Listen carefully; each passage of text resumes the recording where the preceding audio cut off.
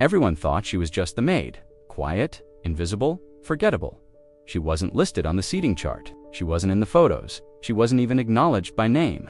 But she remembered everything. Every birthday, every scraped knee, every bedtime story when no one else was there. And on the bride's big day, she stood, not to make a scene, but to deliver a truth that had been buried for years. A letter, a bracelet, a name once erased.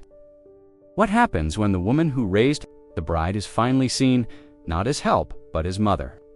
This is the moment they couldn't ignore her anymore. Before we continue with this story, make sure to subscribe to the channel as we have a special story that'll be released soon. She arrived just after dawn. When the dew still clung to the estate's wide stone steps and the autumn air carried the promise of sun, her car was the first in the back gravel lot parked near the service entrance, where the kitchen staff would unload crates of champagne and trays of finger foods later in the morning. She stepped out quietly, adjusting the strap on her canvas bag and pulling the worn apron from the passenger seat beside her. It smelled faintly of lavender and starch. She tied it without a mirror. Inside the estate, the hall lights were already on. She let herself in with the familiarity of someone who knew which door creaked and which floorboard near the pantry gave way under too much weight. No one questioned her. The overnight security guard nodded, assuming she was with catering. He didn't remember her face from the years she had lived there, not as a guest, but as something else. By 7 o'clock, she had already checked the linens, adjusted the centerpieces on the reception tables, and removed a single wilted flower from the head table arrangement. No one asked her to. The florist wouldn't arrive until 9. She didn't wait. The arrangement had looked wrong the moment she entered the room. It was the kind of instinct you develop only after years of noticing the details others missed. In the main hall, the caterer mistook her for part of his team. "Coffee's out back," he said, brushing past her while carrying a tray of mini quiches. She nodded, though she had no intention of joining them. The kitchen was loud with chatter, and the clang of metal trays. She preferred silence. She moved through the estate like someone checking her own home after a long absence, not like someone who had been hired for the day. The bride's mother saw her adjusting the drapes in the sunroom and said, "Make sure those don't fall." During pictures, we're paying good money for this venue. The woman didn't recognize her either. Not surprising. They'd met only once, briefly, at a winter fundraiser years ago, when the bride was still in high school and she had still been the one packing her lunches and stitching her hems. People forget quickly, especially when forgetting is more convenient. She didn't correct anyone. Not when the photographer asked her to hold a reflector board. Not when the decorator handed her a stack of cloth napkins. Not even when the florist snapped at her for moving the peonies. She just did what needed doing, quietly, without asking. Because this house with its winding staircases and secret storage closets, was imprinted in her muscle memory. By late morning, guests began arriving in clusters. First, the groom's family in tailored suits and pastel silk. Then the cousins and distant relatives who weren't sure where to stand, but all wore the same practiced smile. No one greeted her. Some brushed past without noticing. A few assumed she worked for the venue. One woman asked where the bathrooms were. Another handed her an umbrella and said, "Could you take this back to the car?" She did. The dress she wore was simple, dark blue, wrinkle-resistant, chosen for comfort and utility. It blended well enough. No one questioned her presence. She was just another moving part in a day designed to look effortless. As the ceremony, chairs were arranged under the garden arch. She paused for a moment near the top of the stone path, watching the sun rise over the hedges. The breeze carried the sound of violinists rehearsing, laughter from the bridal suite upstairs, and the distant clatter of a misbalanced serving tray. She inhaled deeply, the scent of roses and something else, maybe, or her nose, a scent she remembered from the summers when she'd cleaned the wooden banisters with care, because the girl who lived here used to run her hands. Along the rail as she bounded down the stairs, she tightened the strings of her apron again. Not out of necessity, but habit. It gave her something to do with her hands, a way to stay invisible. No one noticed that she moved through the estate with the confidence of someone who didn't need directions. No one wondered how she knew the best spot in the garden for sunlight, to hit the bride's veil at just the right angle. No one saw her pause in front of the grandfather clock in the hallway, the one she used to wind on Sunday evenings while the girl read books on the floor beside her. Everyone thought she was just the maid. And for now, that was enough. The paper was soft at the edges, folded and unfolded so many times it had lost its crispness. She kept it tucked deep in her apron pocket, where her fingers could brush against it like a touchstone when the noise around her started to rise. It was a simple, sheet-lined, handwritten, nothing elegant about it, but every detail of the wedding. Day lived there. Names, times, deliveries, placements, quiet decisions made in quiet hours.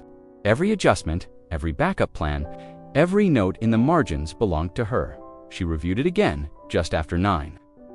Behind the floral van, where the morning sun struck the estate's east-facing windows and made the ballroom shimmer through. The glass, peonies, to be placed before 11.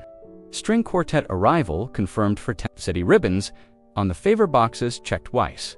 She made a note to reorder the dessert display. The original table was too narrow, and she had noticed it wobbled slightly when she leaned on it earlier. A clipboard would have made her look official, but official wasn't her role today. It hadn't been for years. So she worked from memory, cross-checking the paper when no one was looking.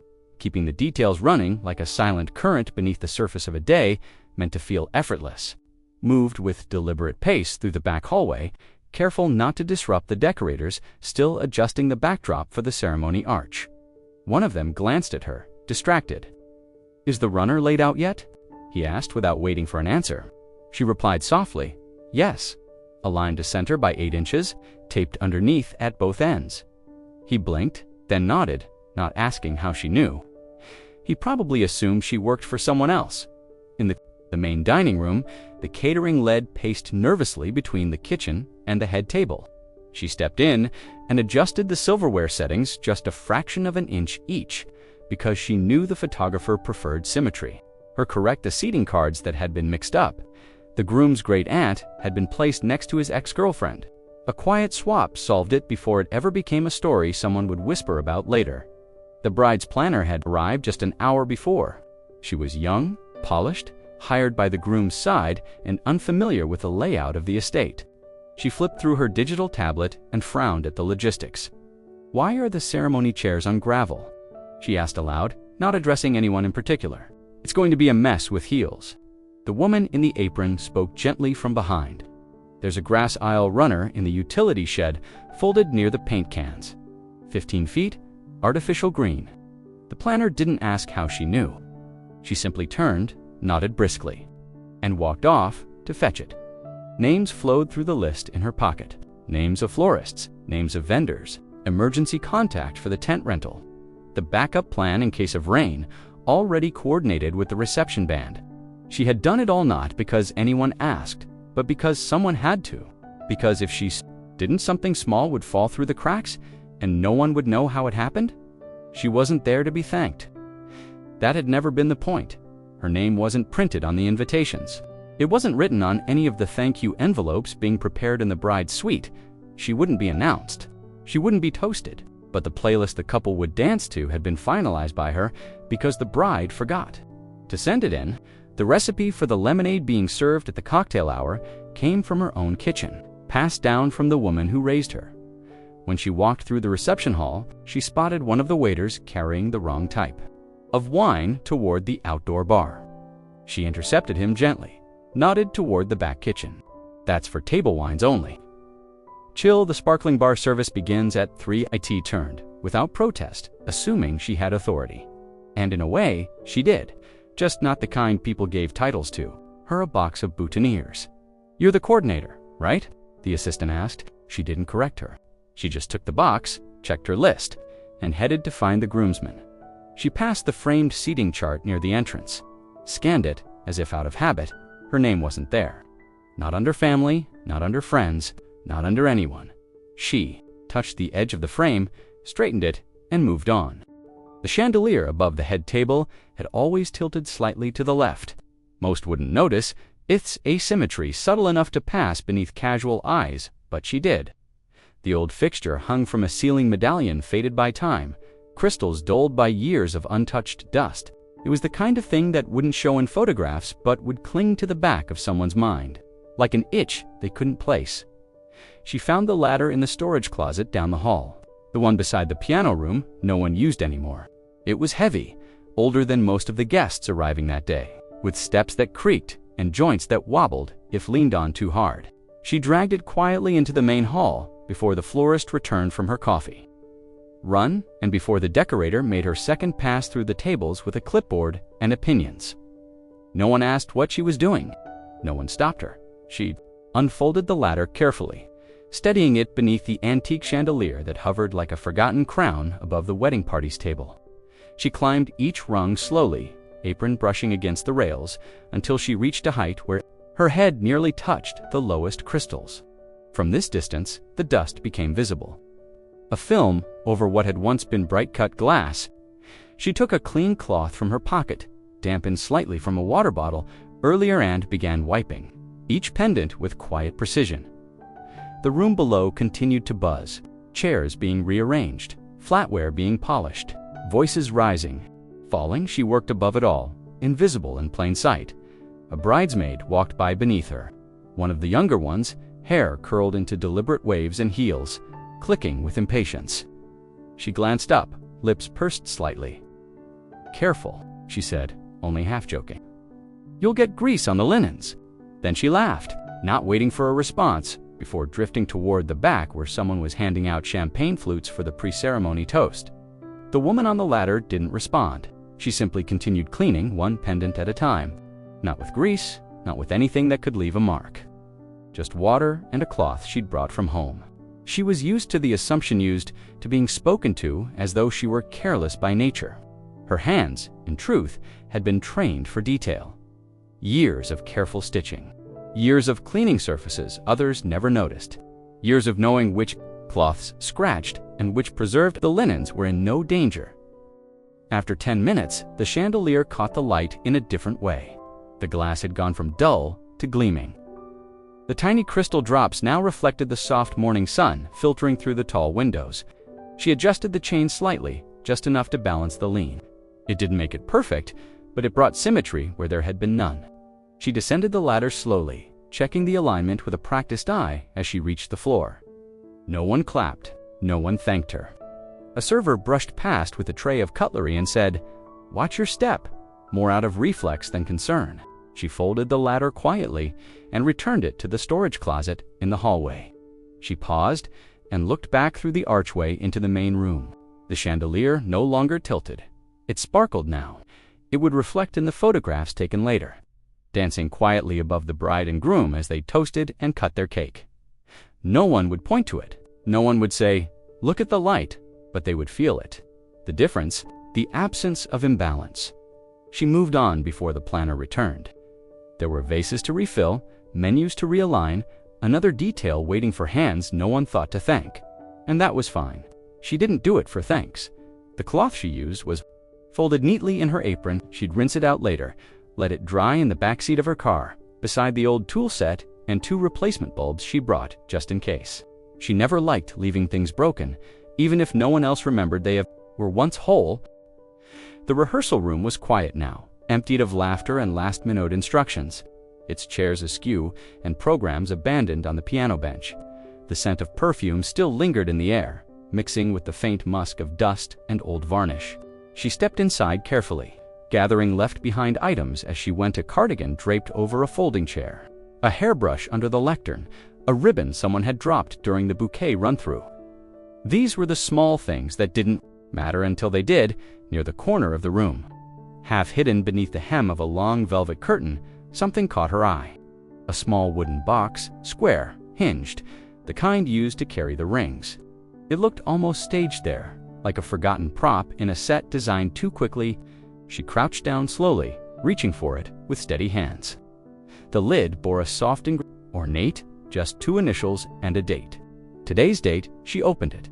Inside, 2 rings sat on pale velvet.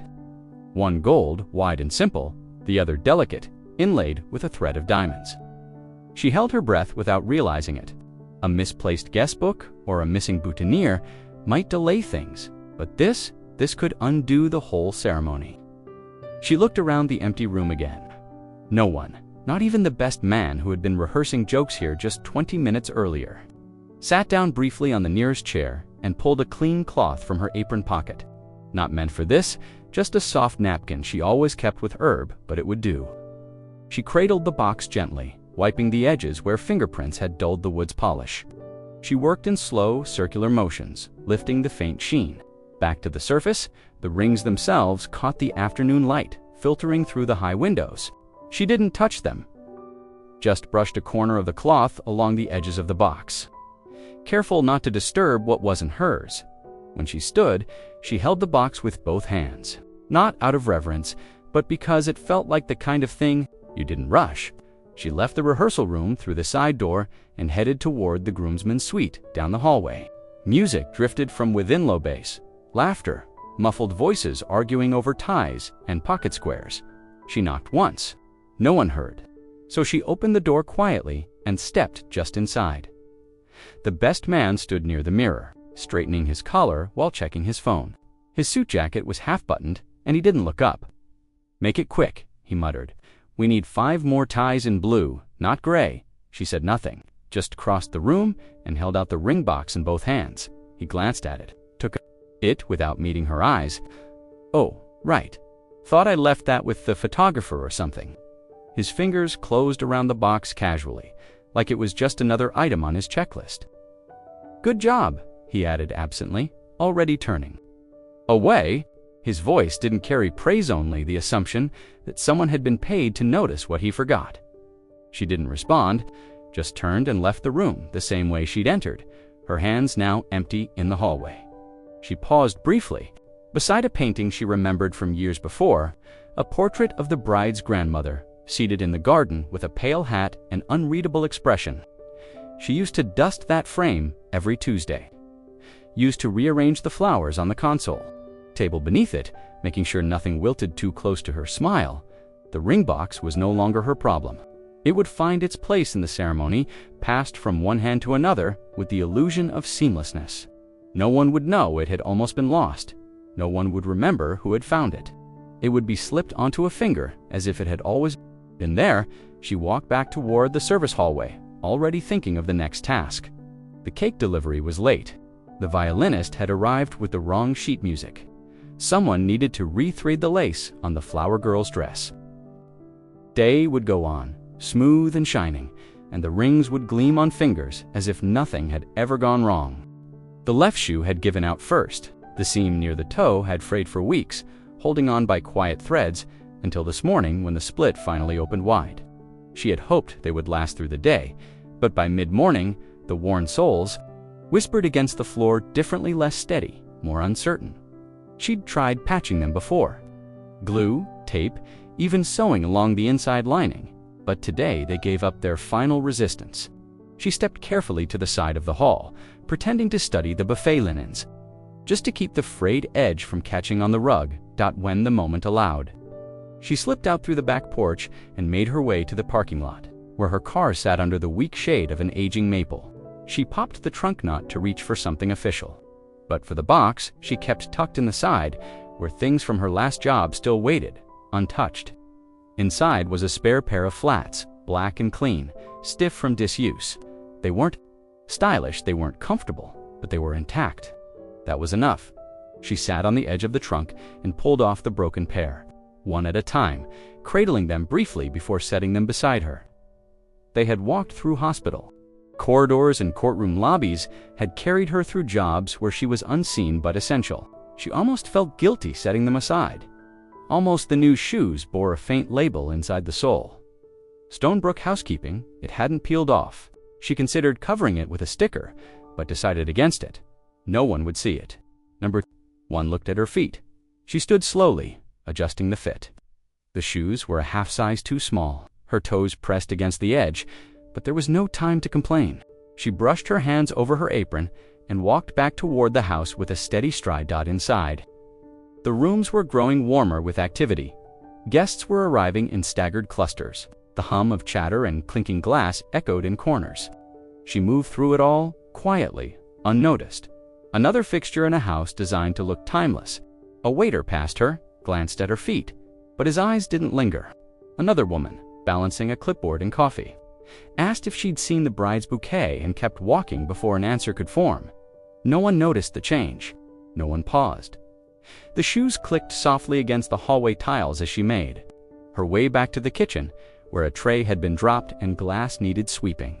She knelt, cleaned the shards quickly, pressing down her heels to keep the tightness from becoming obvious. The shoes pinched, yes, but they were clean. They worked. Later, she stood near the doorway of the ballroom while the planner gave a brief speech to the waitstaff. She listened quietly, nodding at reminders she'd already taken care of. The planner gestured at the tables.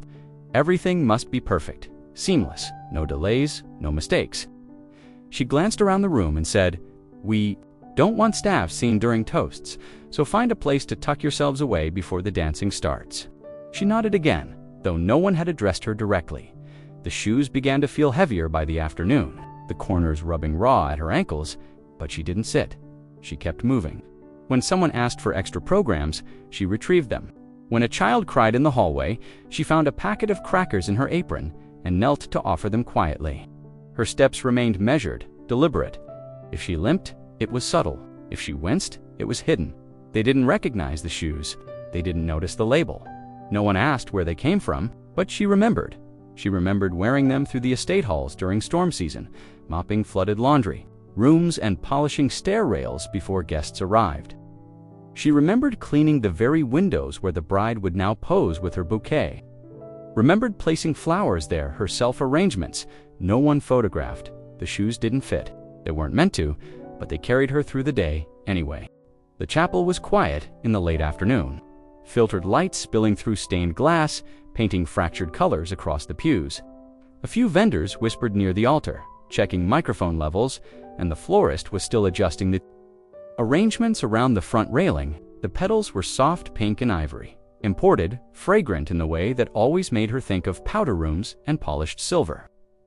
She moved quietly through the side aisle, a clipboard tucked beneath her arm. Though no one had handed her one, it gave her something to hold, something to justify being there. She took her place in the last pew, behind a column far enough that her presence could go unnoticed, but close enough that she could listen. The bridal party was gathering now, voices louder, shoes echoing against the old stone floor.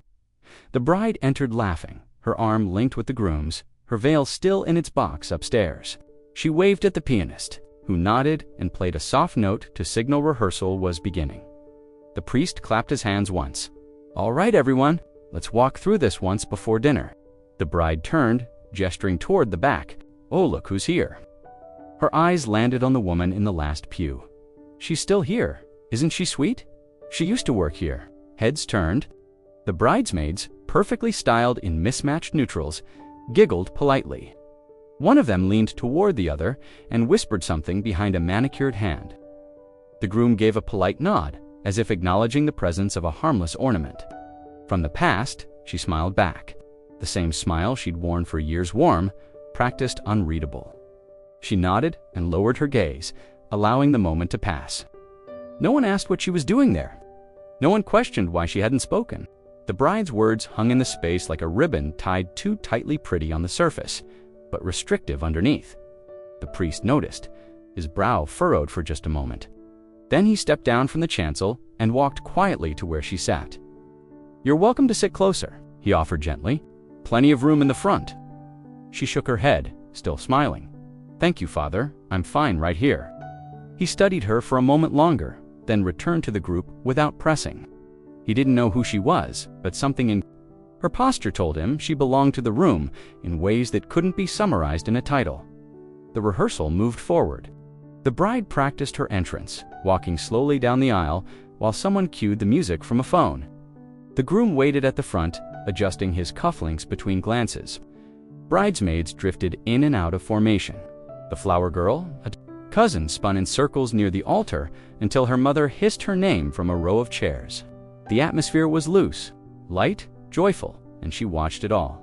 She watched how the bride flinched when her dress brushed the altar steps, how the groom forgot which hand to hold out, how the mother of the groom kept whispering changes to the photographer. She watched with quiet attention, not judging, not inserting herself, but as someone who had once arranged these very pews, cleaned these very floors, and stood where the bride now stood. Years ago, late at night, alone with her own thoughts, and the echo of a child's voice asking, "Will you still be here tomorrow?" No one remembered that voice now. Not out loud. They practiced the vows next. The groom stumbled over the word, faithfully. The bride laughed and said, "It's okay. You've got time to memorize it." Someone clapped. The moment passed. Her fingers curled lightly around the edge of the pew, steady, as though anchoring herself in a place that used to be hers in all the invisible ways people forget.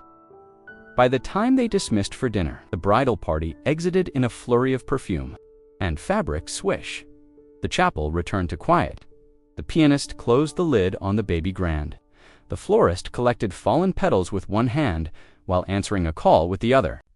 The priest glanced toward the back pew again, but she was already rising, already folding her clipboard against her chest.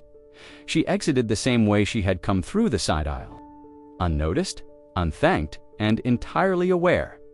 She used to work here, that much was true, but she had also once raised the child now standing at the altar. They just didn't mention that part. The guest check-in table was set just inside the front entrance, draped in ivory linen and anchored by a gold-framed photo of the couple taken during their engagement, shoot 'em in a fitted blazer, her laughing with windswept hair, holding hands near the edge of a vineyard. A small bouquet of roses stood in a slim glass vase beside a calligraphy sign that read, "We're so glad you're here." A silver pen rested beside the guest list, its ink slightly smudged from use. The air smelled like perfume and new paper. Approached the table quietly, waiting behind a woman in a navy dress who took several moments to find her name on the list. Once the guest had moved on, she stepped forward and scanned the sheet, eyes passing over lines filled with looping cursive and practiced elegance. Rows of names, couples mostly, many of them familiar to her not because she'd dined with them, but because she'd cleaned their glassware, dusted their shelves, helped their children dress for school when the nanny was late. Her fingers hovered above the pen. She considered not signing. She'd already been waved in earlier by the valet, who mistook her for part of the setup crew. But the list sat open, blank spaces, inviting something of her as if daring her to be known. She picked up the pen and signed carefully, her handwriting smaller than most. Not a flourish, just her full name, first, middle, last. She replaced the pen and moved on, stepping aside so the next guest could sign in. No one stopped her. No one checked her entry. The hostess was too distracted rearranging the name cards on the welcome table to notice the woman in a dark blue dress stepping out of line and toward the reception hall. Later, while refreshing the water pitchers in the back of the kitchen, she passed by the guest list again. It had been moved, propped against a stand now, and the pen replaced with a fancier one that had a small silk ribbon tied to it. She paused, tilted her head slightly. Her eyes scanned the page again. Her name had been crossed out. Not sloppily, not with anger, just a single, careful line drawn through all three words. And beside it, in tighter handwriting that didn't match the calligraphy above, someone had written, "Catering assistant." Her breath caught, but only for a moment. She didn't touch the page, didn't pull the pen from its ribbon. She stood still, quiet in the flow of people passing around her, and then stepped back into the hallway. Blending into the quiet hum of movement that came with events like these, no one had asked her role. No one had given her a badge or a lanyard. Someone had simply assumed perhaps it was the apron she'd tied earlier in the day, or the way she moved, deficient, invisible, practiced. Maybe someone saw her near the caterer's van and made a note. Maybe someone simply didn't recognize the name, and that alone was reason enough to erase it. Catering assistant, she'd been called worse. She returned to the storage hallway behind the kitchen, leaning briefly against the wall where she used to wait while the laundry cycle finished in the evenings. The old utility sink was still there. So was the faded sign above it. Not for dishes, not for hands. She had hung that sign once, at the request of the former estate manager. It had always amused her so many things it wasn't for, and yet never said what it was for, much like herself. When the guests were asked to find their seats, she stepped back into the hall and glanced again at the welcome table. Her name was still crossed out. Neat, final. She didn't rewrite it. She didn't need the ink. She'd been here long before the guest list was made, and she would remain long after the paper was folded away. The photo wall had been planned as a walk through time, a display of memories, moments, stitched together with string and miniature clothespins. Hung like a gallery across one of the estate's longer hallways, the bride's cousin had arrived. with a box of prints and a bag of thumbtacks. But after a few minutes of fumbling with tape and measuring tools, she had disappeared to take a phone call, leaving the project half-finished and quiet. That's when she stepped in. She'd seen the mock-up for it earlier, laid out in pencil on a folded sheet of notebook paper marked with annotations. Childhood, college, vacation, engagement. It was the sort of task that wouldn't be noticed until it was wrong. Crooked photos, out over the years. Repeated images, all things that would fade into the background until a guest noticed and quietly commented, "Didn't they have better pictures than these?" She started with the edges first, building a frame. Of moments, the bride at age 6, missing front teeth and holding a snow globe. The groom, with his first car, a dented red thing that looked proud in its own way. Prom night, college graduation. A trip to Spain, the two of them on a balcony with wind in their hair and wine glasses in hand. She hung each one with care, gently, pressing the tacks into the wooden panel with the side of her fist to avoid bending them. They had printed dozens of photos, some still curled at the corners from being recently untucked. She smoothed each one carefully. The hallway began to fill with faces, laughter caught mid-motion. Arms flung around shoulders, champagne toasts, and seaside sunsets. A mosaic of a shared life, or the version of that life meant to be displayed. But none of them included her, not even the early ones. Not even the photos she herself had taken years ago, with the camera she used to keep on the top shelf in the linen closet. Back when the bride was a little girl, and her hair was always coming loose from its braid by mid-morning. Back when scraped knees and science fair ribbons were part of their daily rhythm. She had captured so many of those moments: lost teeth, the first bike ride down the gravel path behind the rose bushes.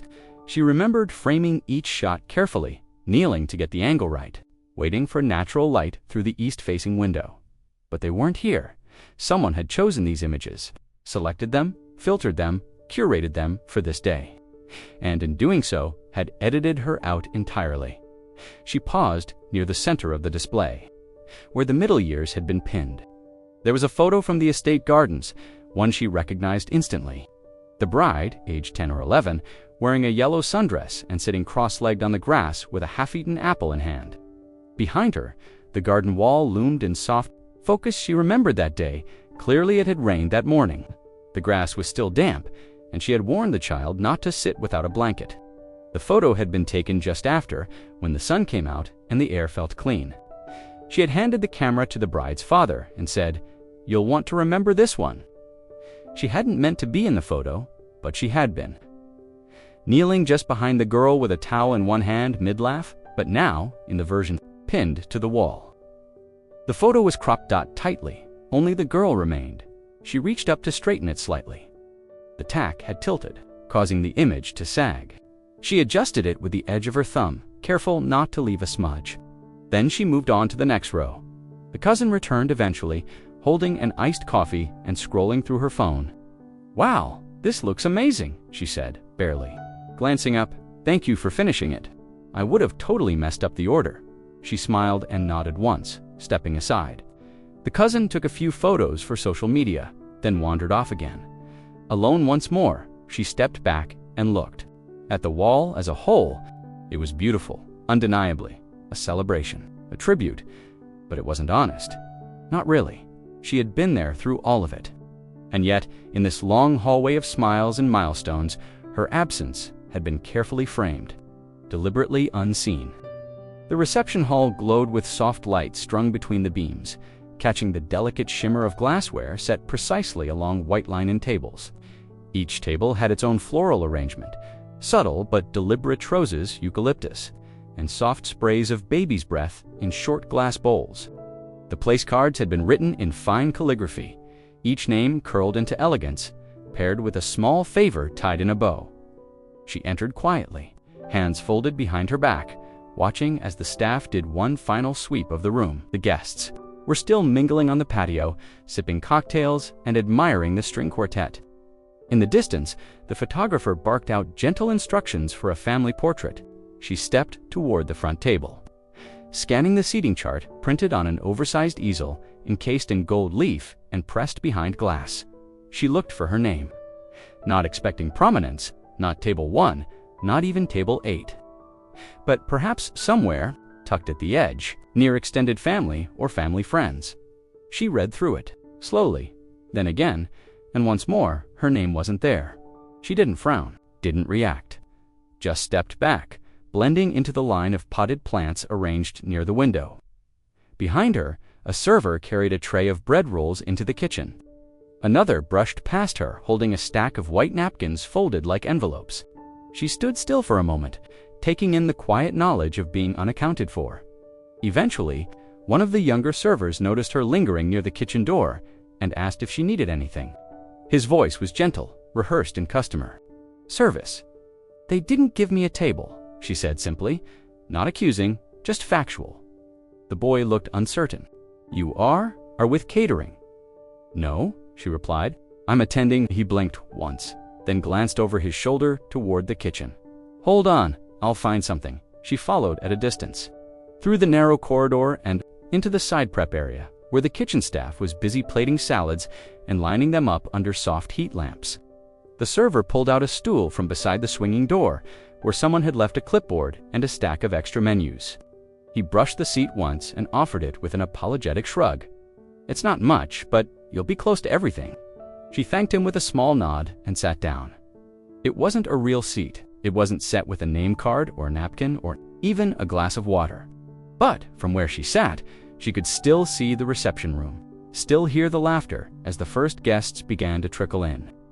The stool wobbled slightly, uneven against the tile. She folded her hands in her lap and waited. A few minutes later, the florist passed by, her arms filled with leftover stems and clippings. She paused, noticing the woman in the dark blue dress sitting beside the kitchen window. Her brows lifted slightly. "That's not for guests," the florist said flatly, nodding toward the stool. She didn't answer right away. She looked down at her lap, then up again. "It's fine," she said. The florist held her gaze for a second longer, then walked off without another word. From her corner seat, she could see the head table beginning to fill. The bride's laugh rang out like a bell above the hum of conversation. Someone popped a cork near the bar. A small girl in a white dress darted between tables while a tired-looking aunt tried to catch her. Servers glided through the aisles with the smoothness of practiced choreography. And she sat by the kitchen beside the swinging door, where the smells of roasted garlic and warmed bread floated through in gentle waves.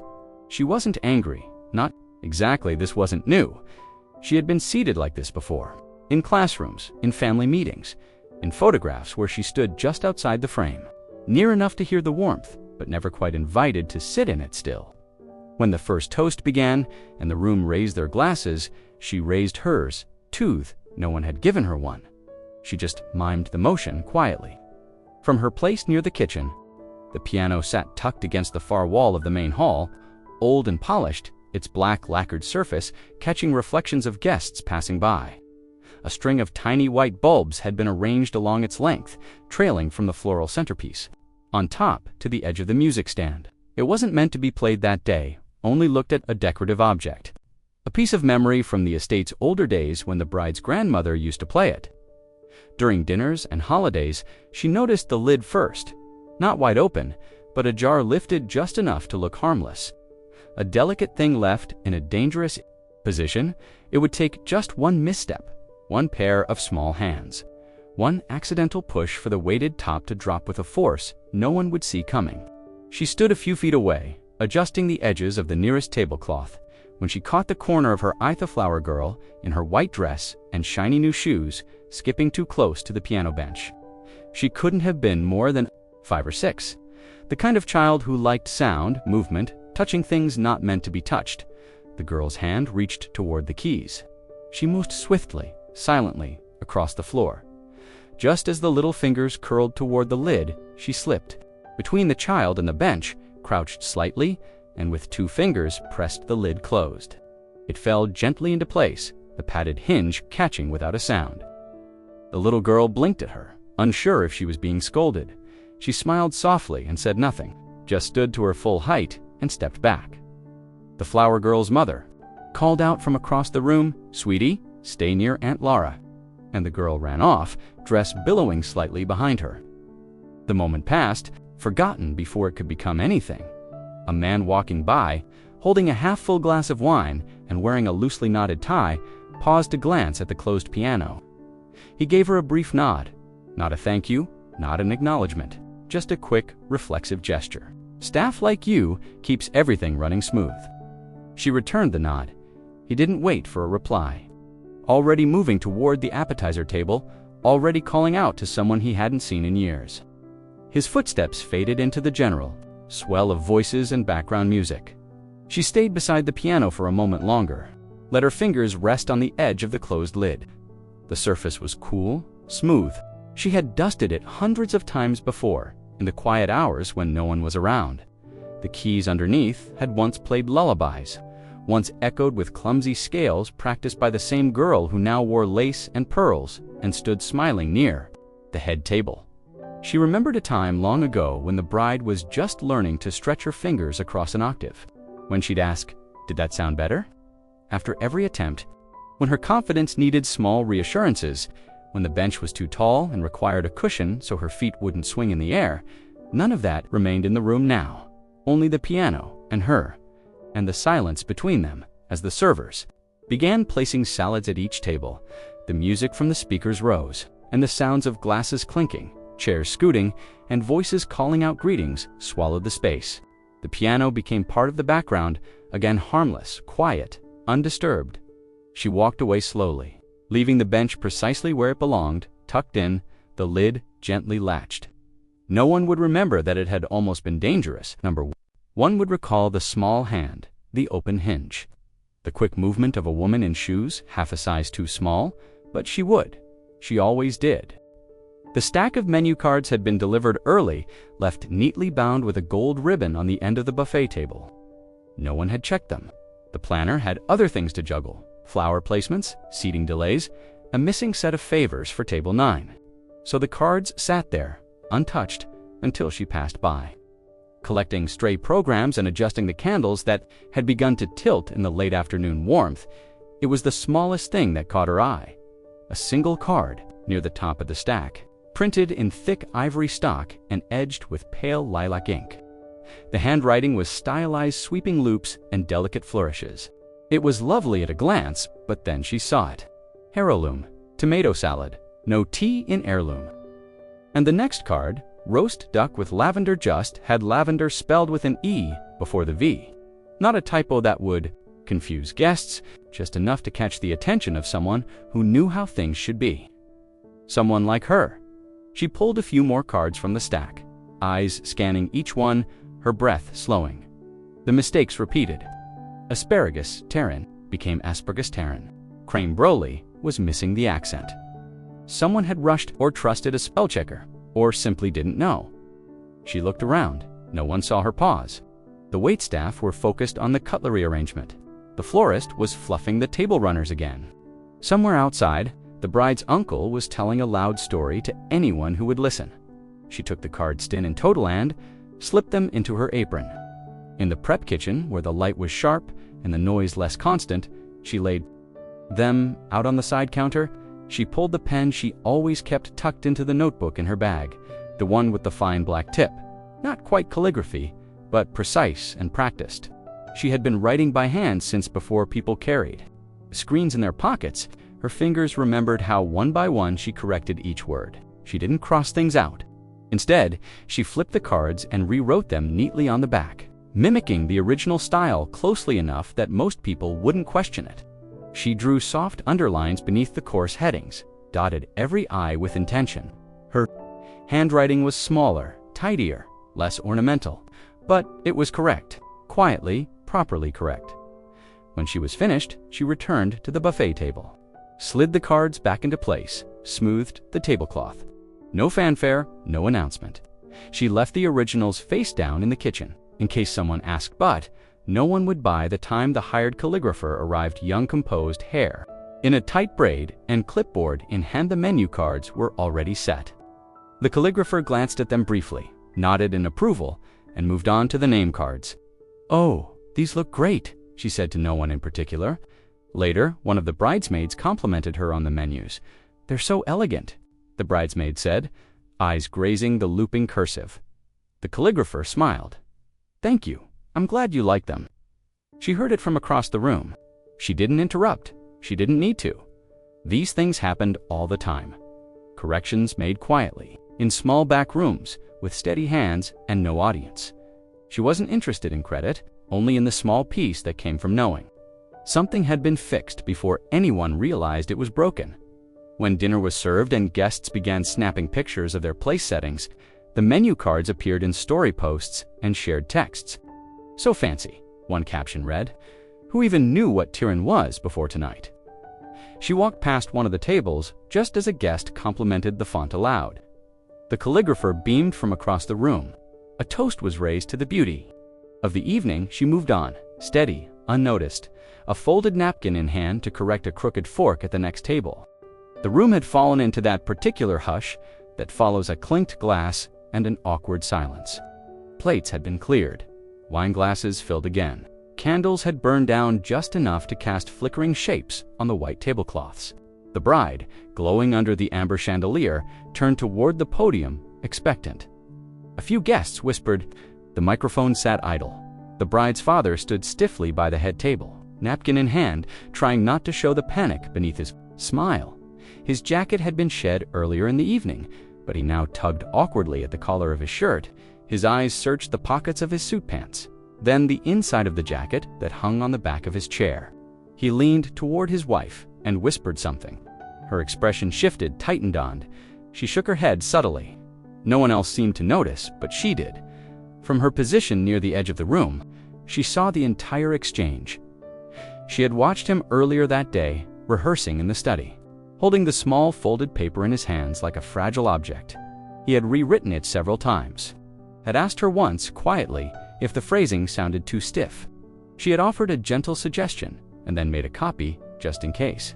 It wasn't uncommon for things to go missing on days like this. Nerves took over, pockets emptied, hands trembled, and now, the moment was here. The silence was stretching. The bride touched her father's arm. He looked toward her with apology written all over his face. She moved quietly through the tables. Behind the row of chairs, her footsteps hidden by the clinking of forks and the low murmur of guests sipping from glasses. She didn't rush. She didn't call attention to herself. She simply reached into the small zippered compartment of her bag and pulled out the envelope plain, cream-colored, folded 3 times. The backup she approached from the side, unseen by most. Only the photographer, adjusting his lens, caught a glimpse of her hand extending the paper. Toward the father of the bride, he turned as she neared. She didn't speak, just handed it to him gently, fingers barely brushing his. He stared for a second, disbelief and relief mixing across his face. Then he gave a short breath of laughter, almost a chuckle, and wiped his brow with the back of his hand. "You're a lifesaver," he whispered. She nodded once and stepped back into the shadows. Before he reached the podium, when he began to speak, the room returned to quiet. His voice, full of warmth, carried steady through the microphone. He told stories of her childhood, the scraped knees, and the bedtime questions about the stars. He spoke of the moment he first met the groom and the way his daughter's smile shifted in his presence. He closed by raising a glass, voice strong now, clear, to a lifetime of tiny, unspoken gestures. He said, the guests applauded, glasses clinked, cameras flashed. No one noticed her at the back, refolding the envelope and slipping it back into her bag. She didn't stay for the rest of the speeches. There was a napkin to refold at table 12, a pitcher to refill near the back, and a toast that no one knew had almost never been said. The van had arrived late, just after the morning clouds began to burn off. 2 delivery workers unloaded the boxes quickly, too quickly stacking them in uneven piles near the side entrance of the estate. She had been there, helping set up the guest book table. When she saw the florist assistant open the first box and stop, inside were the vastest 20 identical clear cylinders, each with the same etched pattern. They weren't the ones the bride had chosen. She had been there. The afternoon they were picked out, sitting quietly in the back of the shop as the bride and her planner pored over catalogs. They had debated shapes, heights, glass finishes. Finally, they'd settled on short, wide bowls open enough to hold floating candles and soft blooms. Romantic, the bride had said, soft, not stiff. But the vases that arrived were tall, narrow, and wrong. The florist's assistant made a call. She overheard Fragment's warehouse mix-up. Too late to correct, still elegant. The planner waved it off, already distracted by the sound system not working. "It'll be fine," she said, motioning toward the center of the room. "Just get them filled and placed." But it wouldn't be fine. The wrong vases meant the arrangements would stand too tall. Guests seated across from one another wouldn't be able to talk.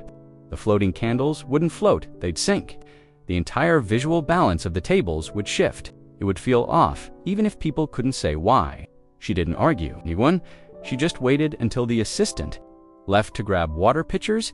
Then she opened the boxes herself and began to count.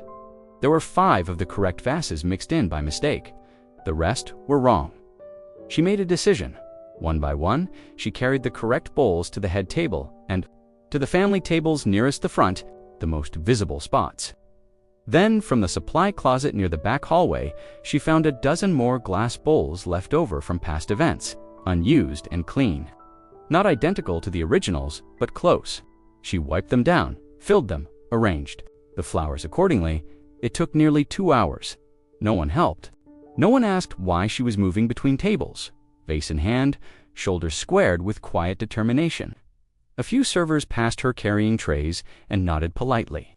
One of them offered to carry a box, and she thanked him. But mostly, it was just her, moving between tables, switching the vases while no one was looking.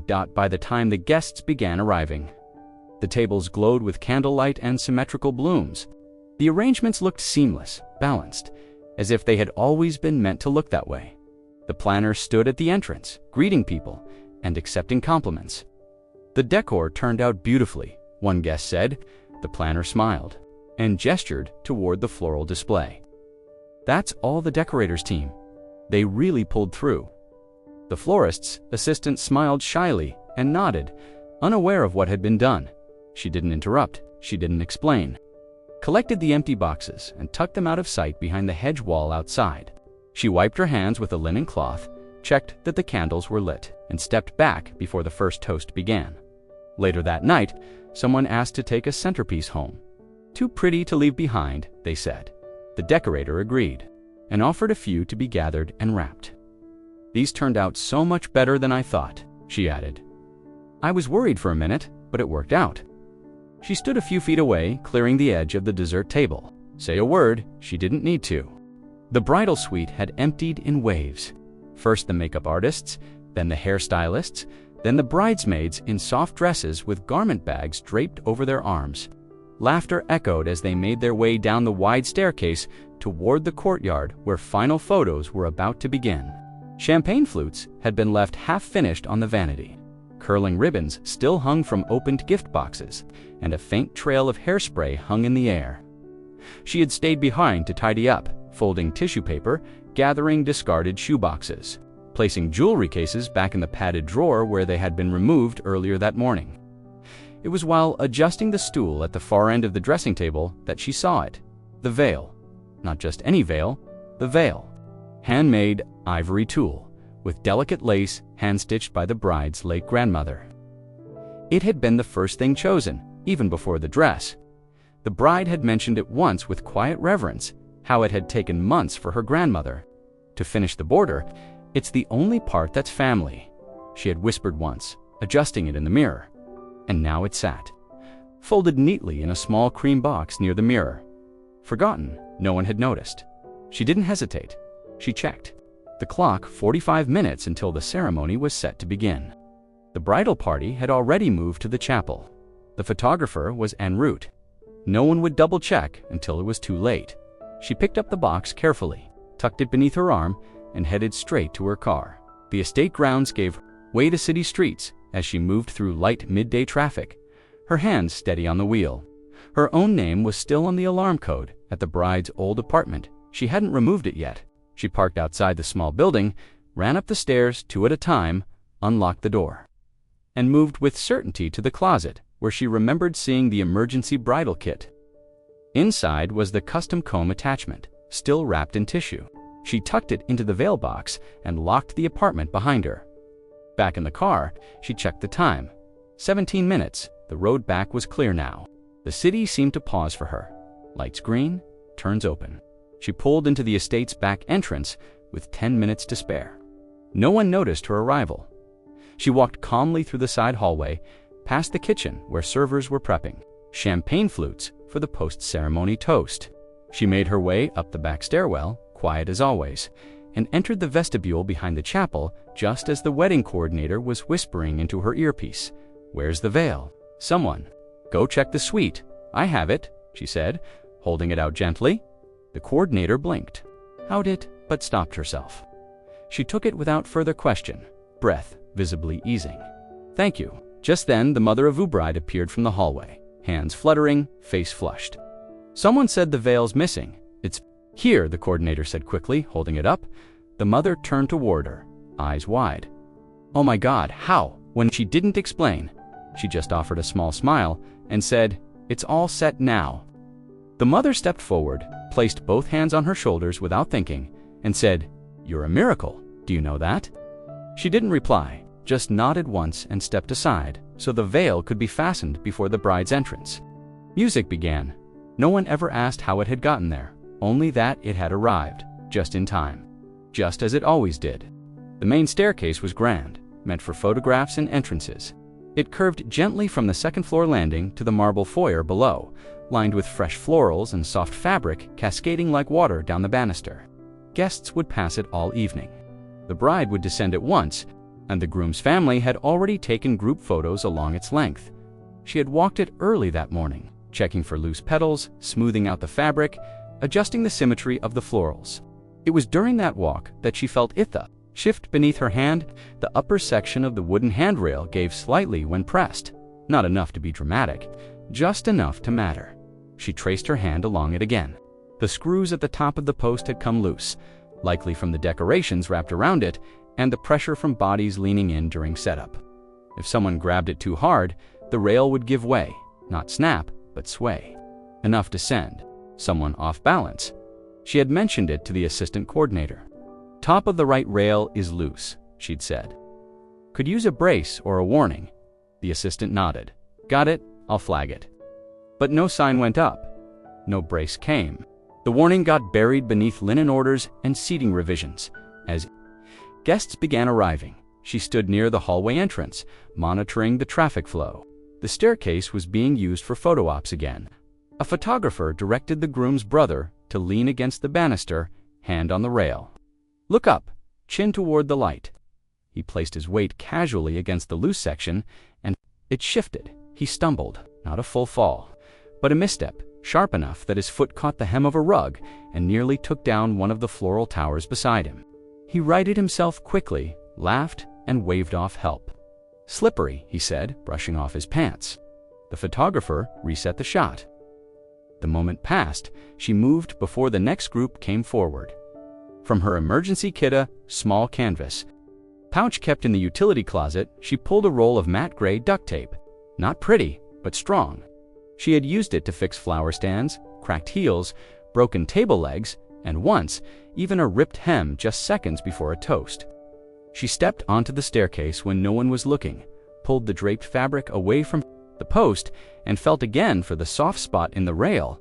The movement was still there. She wrapped the base tightly, layering the tape beneath the folds of the decorative garland so it would remain invisible to guests. She reinforced the bolts with firm pressure. When she tested it again, it no longer moved. She rewrapped the fabric delicately over her work, fluffed a small spray of baby's breath to hide the edges, and stepped down just as the music for cocktail hour began to drift into the space. No one saw her, or if they did, they assumed she was straightening the flowers. Later, as the bride descended those same stairs, veil, trailing bouquet in hand, the rail held steady beneath her gloved fingertips. Photographers captured every step. Family members lined the hallway, misty-eyed. Not a single guest knew there had been a risk just hours before. After the ceremony, the groom's brother made another joke about almost wiping out earlier. His friends laughed. "They need to fix that thing," one of them said, but it had already been fixed, quietly, carefully, with duct tape, 2 hands, and no credit. Like so many other things that day, like so many things she had fixed before. The balcony wasn't meant for guests. It was narrow, tucked above the main chapel, behind carved wood balusters and a set of organ pipes that hadn't been played in decades.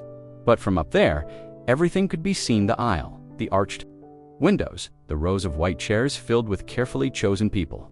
She stood in the shadows, leaning lightly against the railing, her fingers wrapped around the edge just enough to keep herself steady. The ceremony had begun. Bride stepped slowly into view, her dress brushing the marble floor in a quiet sweep. Guests turned, some standing, some whispering soft things to one another. Phones were lifted and lowered. The music played gently on. The string quartet blending into the hush like something barely heard but deeply felt. From where she stood, she could see every face: the neighbor who used to drop off pastries, the teacher from high school who taught them both, the woman from the dress boutique who once called her the helpful one, the family friends who never learned her full name. She knew them all, and almost none of them would have known her if they looked up, if they caught the flicker of movement in the dark above the sanctuary, if they tried to place the figure in simple black, no corsage, no reserved seat. Below, the officiant stepped forward, smiling gently. He held a small folded paper in his hands, the kind used for ceremony readings, tucked neatly between the pages of the script. "I'd like to begin with a short poem," he said, voice steady. "One that the couple felt captured. This day means to them." She already knew the words, the cadence, the line breaks. She knew where the breath was supposed to pause and where the image of the river shifted into one of light. She had written it. It hadn't been meant for the ceremony. She had written it months ago, after helping the bride edit the vows. She had mentioned it offhandedly, reciting the lines while folding laundry in the side room of the estate. The bride had said it was beautiful. Later, she had seen a printed copy of the poem on the planning table. Her name had been at the bottom in pencil. The next time she saw it, the credit line read, "Author unknown." Now the officiant was reading it. Aloud, she didn't feel anger, just something quieter, familiar. She listened to the rhythm of her own words being spoken by someone who had never met her. Words lifted from paper, folded into the shape of someone else's moment. The guests below nodded along, some smiling, others wiping the corners of their eyes. The final line hung in the air, and in the quiet space between your heartbeats, may the world find its stillness. Applause followed. The bride reached for the groom's hand. Someone in the front row whispered, "Perfect." The officiant continued with the next section, vows. Readings, rings. She stayed in the balcony. Her arms remained folded, her eyes tracked the movement below. She watched the way the bride tilted her head when nervous, the way the groom's hand trembled slightly as he adjusted his jacket. She knew these gestures had helped shape them, had reminded the bride not to lock her knees, had written a checklist for the groom's best man to follow. Every corner of this day had her touch in it, quiet, unseen, and now as the guests rose for the final pronouncement, she stepped back into the shadows. The ceremony ended. Cheers echoed. Upward the couple kissed. Music swelled from above. She smiled once, softly. Then she turned and walked away. The clinking of glasses had started before the last group made it through the reception doors. Servers weaved between guests, balancing trays of flutes filled with bubbling gold. Laughter spilled into the room, blending with the low hum of strings. Tuning up for the first dance, everything looked seamless. Everything sounded like celebration. But behind the bar, the head caterer was whispering urgently into a phone, his brow furrowed, hand covering the receiver. He glanced toward the head table where the bride and groom were due to arrive in minutes. She had already heard it just minutes before. One of the bartenders had found her in the corridor, voice hushed. "They can't find the bottle," he said, the one she asked for. She didn't need to ask which bottle. The bride had mentioned it weeks ago, in passing, but with that specific kind of longing, a particular vintage, a family memory attached. "It's silly," she had said, while going over floral selections, "but I just want that one bottle for the toast. Just the one." She'd smiled, a little embarrassed. Everything else can be standard. It hadn't been easy to find. A small California vineyard, a limited run. She had tracked it down. Herself, knowing how these things went, sometimes deliveries got misplaced. Sometimes labels didn't match. Sometimes people forgot.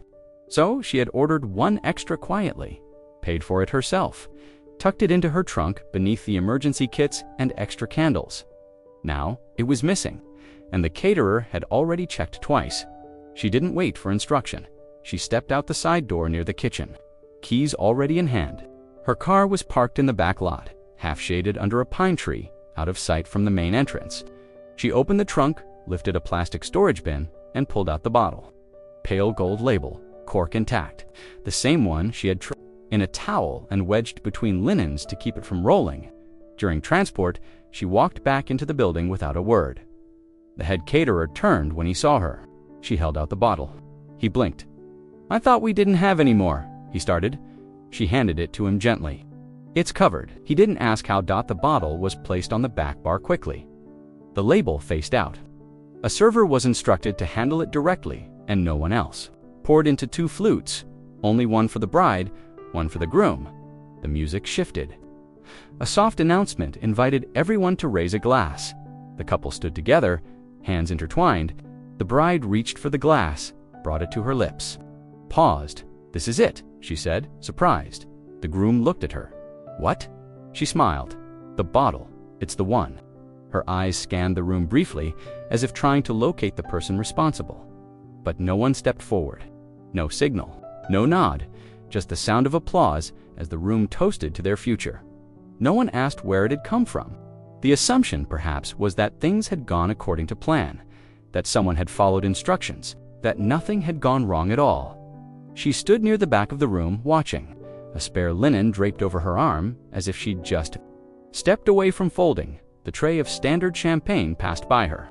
She declined. That one bottle had been meant for her, tucked away in a moment of foresight. But today wasn't about having what was hers. It was about making sure the bride had exactly what she wanted, even if she never knew who made it happen. Another tray passed. She turned quietly and returned to the corridor, where the next small problem already waited. She was steaming the groom's suit jacket when she felt it. A slight stiffness in the lining near the inside pocket, too thick to be part of the fabric. She paused, fingers moving carefully along the seam, then slipped her hand inside. Her fingertips brushed against folded paper. It wasn't unusual for people to leave things behind, notes, receipts, a folded list. She assumed it was just that, something small, easily misplaced.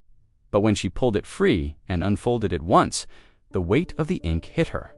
Thick strokes, the kind written in emotion, not routine.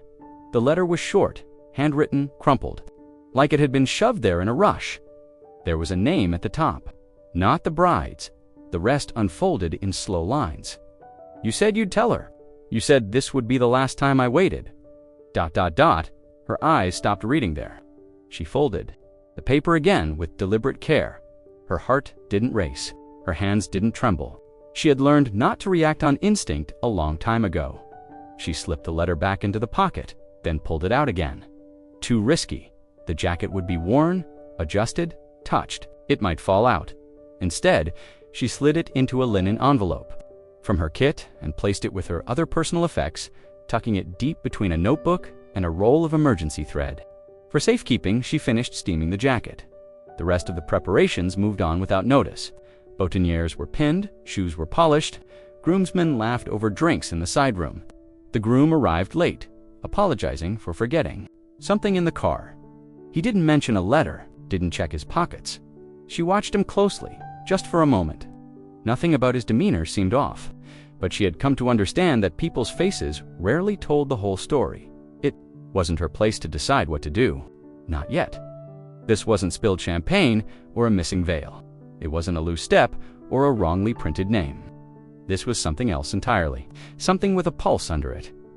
She watched as the groom took his place at the altar, smiling, composed, his hands folded in front of him. The bride appeared at the far end of the aisle, glowing, her veil perfectly in place, her steps steady and slow. All eyes were on her, except hers. She watched the groom. She searched his expression for hesitation, for guilt, for the flicker of something unsettled. Nothing. The vows were exchanged, the rings placed. The kiss was long enough for applause. By all accounts, a perfect ceremony. The guests didn't know. The bride didn't know. But she did. And as the celebration moved into the next room, as glasses were filled and music started to build, she returned to her small corner, and quietly unfolded the letter one more time. It wasn't long. It wasn't poetic. Just a raw paragraph from someone waiting on a truth that hadn't come. I won't ruin it for her, but I hope you can live with it. She folded it again, carefully, precisely, without judgment, not yet. She had stepped out for air. Just beyond the side doors, where the gravel meets the garden path. The reception was in full rhythm behind her dancing laughter, the soft clatter of forks against plates. From here, the sound was dulled, as if, wrapped in cotton, trees rustled in the wind. A light scent of roses drifted from the hedges. She wasn't crying exactly, not the way people picture it. No gasping, no trembling shoulders. Just a quiet dampness in the corner of her eyes she hadn't meant to show. She wiped at it quickly, the way someone brushes away dust or pollen. She didn't think anyone had seen, but someone had. A voice came from the edge of the path. Not sharp, not prying, just a soft interruption. "You okay?" She looked up, one of the cousins. The younger one, Julia maybe. Something like that. She was in a pale green dress, holding a half-empty glass of rosé. Her tone was gentle, but not naive. She wasn't asking out of habit. She had noticed something. She nodded quickly. Yes, just needed a breath. The girl didn't push, just nodded and said, "Big day." "It is," she said, managing a small smile, a beautiful one. The girl lingered a moment longer, maybe waiting for something more, maybe trying to read her face. But then someone called from the porch and she turned back, waving as she left. She stayed behind, alone again. Her hand drifted to the pocket of her cardigan, fingertips grazing. The edge of the letter still folded there, not taken out, not read again, just present. She had spent the day fixing things, smoothing wrinkles, rearranging flowers, saving moments before anyone even knew they were at risk. That's what she had always done. Invisible corrections. Adjustments. Her satisfaction came from order, from seeing it all go right, from knowing the part she played, even if no one else did. But now there was something she couldn't fix. The letter had changed something, though nothing visible. It had curled a question into her that wouldn't settle. She didn't know the name it had been addressed to. She didn't know when it had been written, but she knew what it implied, what it risked. And still, the ceremony had gone on. The toasts had been given. The music had played. The bride was glowing. But that quiet voice in her chest had started to grow, a small, persistent whisper that asked, was she part of preserving something beautiful or protecting something false? She didn't want to answer that yet. The cousin's question had come and gone like a breeze, but it lingered longer than expected. "You okay?" She had nodded. She wasn't lying exactly. She was functioning. She was holding. But inside, something was shifting. Something she hadn't felt in a long time. Not doubt in them, doubt in herself. In the role she'd taken so easily, the helper, the fixer, the invisible thread holding a fragile tapestry in place. Maybe that's why the letter hadn't shocked her. Maybe she'd known deep down how many stories like this began in silence. How many weddings carried the weight of hidden things. Maybe she'd assumed this was just another detail she could file away, control, protect. But now it lived in her pocket, unspoken. Alive, she wiped her eyes again, this time slower. And as she turned to head back toward the noise, the music, the lights, she carried with her not just the letter, but the quiet beginning of something else. The beginning of wondering what to do. The gift table sat at the far end of the reception hall, just past the string quartet and beside a display of framed engagement photos, a silk runner draped over the top, ivory and gold matching the wedding colors. Boxers of every shape and size lined the table's silver bows, glossy paper, branded gift bags from upscale boutiques. Some guests took photos beside the pile before setting their contributions down, smiling proudly at their wrapping jobs, complimenting one another's taste. In ribbon or cardstock. She waited until the line had thinned. Her envelope was small, cream-colored, no embellishments, no wax seal, no logo, just her handwriting, curved in the upper corner. For the couple, it wasn't heavy. It didn't rattle. It didn't carry a barcode or receipt, just a single sheet of folded paper inside, written by her hand the night before, carefully, thoughtfully. With more hesitation than she'd admit, she had debated not leaving anything at all. After all, there was no name on the seating chart, no invitation in her mailbox, no official place. She wasn't a guest, not in the way they counted, but she knew what she had witnessed, what she had done, what she had carried, so the letter had formed itself, not a confession, not an accusation. Record of everything she had done, everything she had seen, how she had planned each movement of this day without acknowledgement, how she had made sure the veil arrived, the champagne appeared, the rail didn't give way, and carefully how she had found something in the groom's poquita. Letter never meant for her hands. She hadn't made copies, hadn't sent photos, hadn't told a soul. But in her letter, she described it. Not in anger, not in bitterness, just clarity. She wanted the truth to exist somewhere, not even necessarily to be read, but to be real, to live beyond her own guarded silence. A sealed record of the quiet role she had played in a day filled with noise. She placed the envelope low in the pile, tucked under a stack of glossy cards but visible enough not to be lost. No one saw her do it. Or, if they did, they didn't. Pause. She looked like staff, like someone delivering a message for someone else, which was true in its own way. A child ran past the table, trailing a napkin like a cape. A groomsman adjusted his tie and glanced over, uninterested. Across the room, the bride was laughing with a relative, her hand resting on the groom's chest. She turned away from the gift table and returned to the edge of the room. The music shifted, against something slower, softer, the kind of song that signaled the start of evening dances and final toasts. She sat on a bench near the hallway, not facing the crowd, just listening. She didn't expect anything to come of the letter. She didn't expect it to be opened tonight, or ever. But she knew what it meant to leave it, to step outside the shadow of her own silence, even just a little dot to acknowledge herself, not loudly, not with drama, but with presence.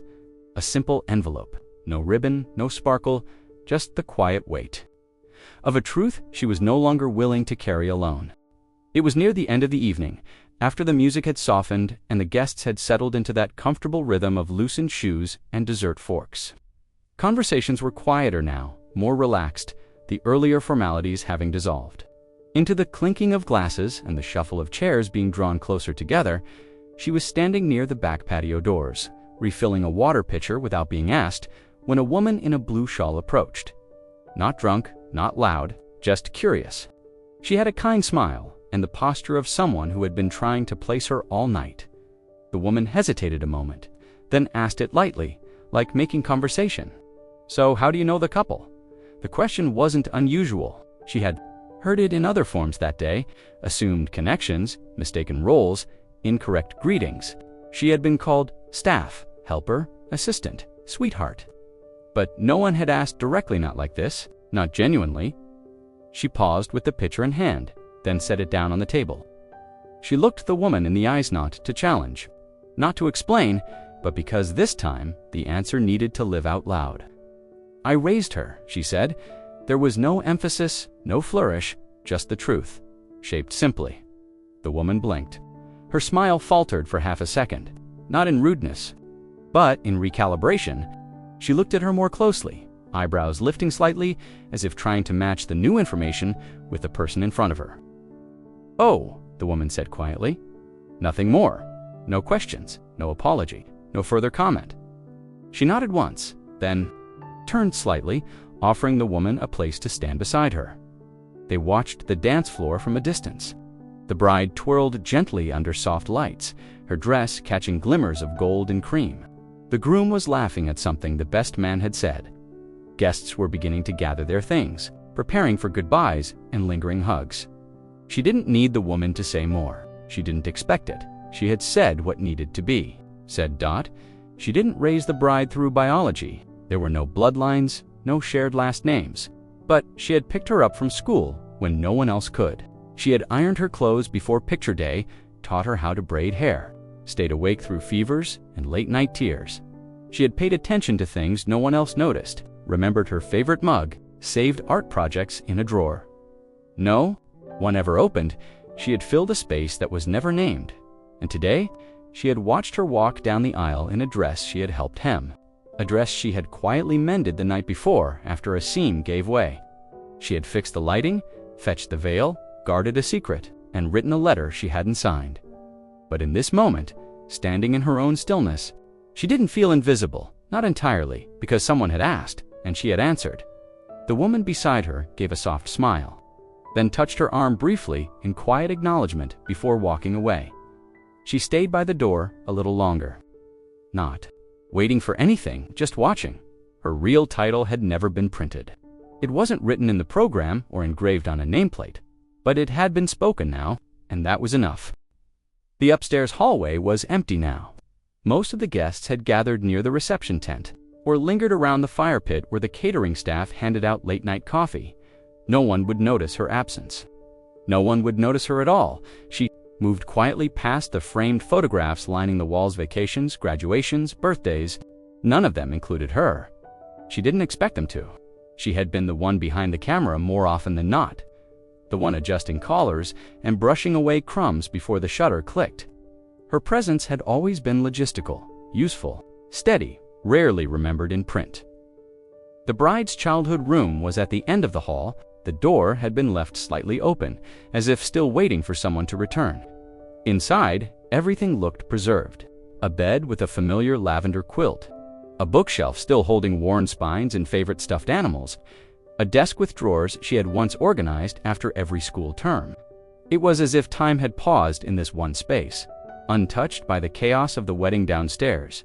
She stepped in without turning on the light. The late evening sun filtered through sheer curtains, casting soft shadows across the carpet. She didn't hesitate. Her hands moved on memory. She went to the dresser near the far wall. Third drawer from the top, the right side, behind the stack of old cards and tangled necklaces. She reached past the years and found the box, a plain shoebox. The same one she had left there more than a decade ago. She pulled it free and sat gently. On the edge of the bed, the mattress creaked the same way it used to when the bride was still a girl, legs swinging and voice full of stories from school. She opened the lid. Inside, there were fragments. A hand-drawn Mother's Day card in crayon, a photo booth strip with silly faces, a wrinkled grocery list with childish handwriting and a note at the bottom. "Tell her I love the strawberries." A broken keychain, a paper crown from a birthday party, a folded note that read, "Please don't be mad at me." These were the things no one else would have understood, the kind of treasures that hold no value to strangers but speak volumes to those who lived the days they came from. She touched each piece gently, not to take, but to remember. There had been years when this room was where she spent most of her time helping with homework, listening to fears about the dark, checking temperatures, preparing lunchboxes before dawn. She had sung songs here, dried tears, waited quietly outside the door when privacy was requested but presence was still needed. This had been her territory, even if it was never called hers. She placed the items back one by one. She didn't come to take the box, she just wanted to know. It was still there, still where she left it, still untouched, still remembered in some small way. Downstairs, laughter rose again. Someone made a toast. The music lifted faintly, seeping through the ceiling like water through old beams. She closed the lid, stood slowly, ran her hand once along the edge of the dresser, then turned and left the room as quietly as she had entered. No one saw her go, and no one saw her leave, but the box remained, and so did she. Her phone was older than most. The screen had a faint crack at the corner, and the battery barely held a charge without a backup pack. She rarely checked her voicemail anymore. Most calls these days were brief, logistical, drop-offs, deliveries, confirmations, but in the quiet of the coach room, while others posed for photos under fairy lights, she scrolled through her saved messages, not even sure what she was looking for, and then she saw it, the one she never deleted.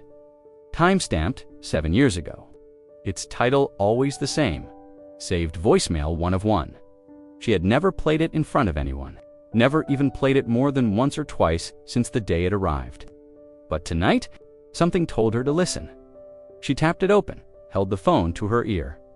A small voice filled the space, not tentative, hopeful, bright, even high. The girl said, "It's me. I know you're busy, but I was just wondering if you could come back. I miss you. I don't like it here without you. I told them I wanted to write, but they said I shouldn't. So, I'm calling instead. Okay, that's it. Bye, I love you." The message ended in a soft click.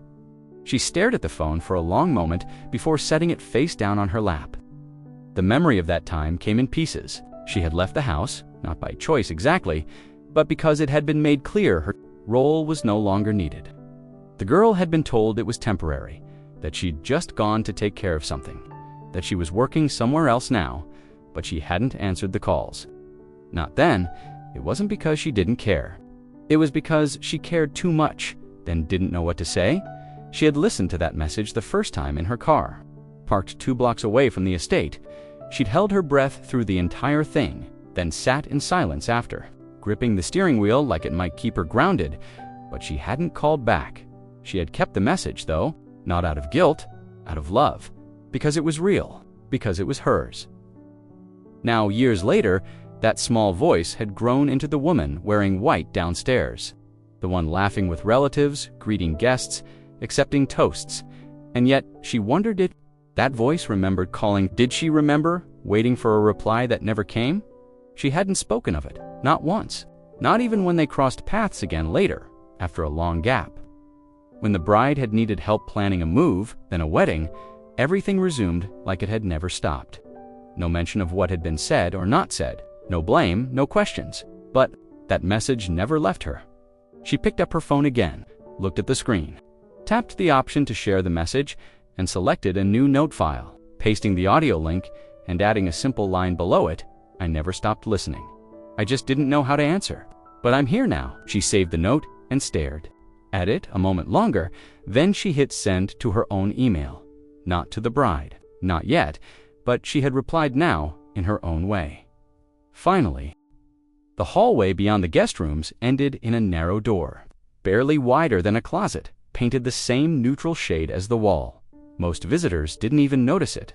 It looked like a utility closet or a linen cupboard, but she knew the creak of its hinges and the slight resistance it gave when pulled open. She had known it long before any of the guests arrived tonight. She turned the handle and stepped inside. The room was small, just enough space for a twin bed, a nightstand, and a narrow wardrobe. No windows. A ceiling fan spun slowly overhead, stirring the air with the same quiet rhythm it always had. The hum was comforting, the kind of sound you forget you're listening to until it stops. The fan had been hers once too. She bought it herself. Not because anyone asked her to, but because the summers got hot and the air barely moved back here. The bed was still made the way she had always kept its edges tucked, corners sharp.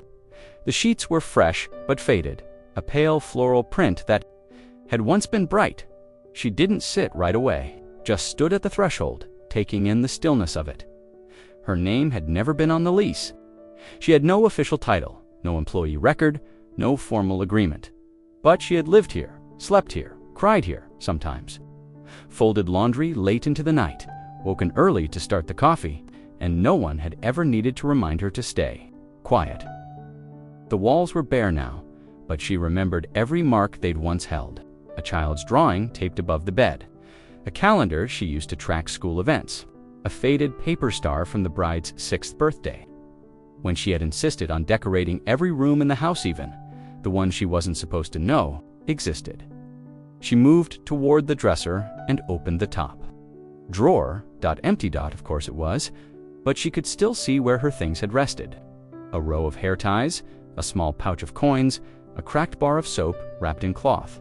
There had never been much. She had never taken up space. That had been the point. Still, her fingerprints were everywhere. On the door frames, on the stair rails, on the light switches polished weekly. The house bore her imprint the way a tree remembers the bird that used to nest in it, no longer visible, but never fully gone. She sat on the edge of the bed, the mattress dipping under her weight. It gave the same small squeak it used to when she sat down to take off her shoes late. At night, back when everyone else had already gone to sleep, there was a comfort in the space, but also something else. A distance, like stepping into a museum of your own life. She had lived here for years, but no one ever called it hers. And when she had gone, nothing had been packed up or sent after her. She hadn't expected it to be . And yet it remained untouched, preserved, perhaps out of forgetfulness, perhaps out of something closer to guilt, or maybe because it had become a sort of storage closet for memoria. Place no one wanted to change, but also no one wanted to acknowledge. She ran her fingers along the edge of the nightstand. she had read bedtime stories in this room, balanced checkbooks, mended socks, thought about a future she didn't think she'd be allowed to have. Now, the room belonged to no one, but still, in the bones of it, in the quiet spin of the fan, it recognized her. She stood up, smoothed the bed with her hands. She closed the drawer. She didn't need to take anything.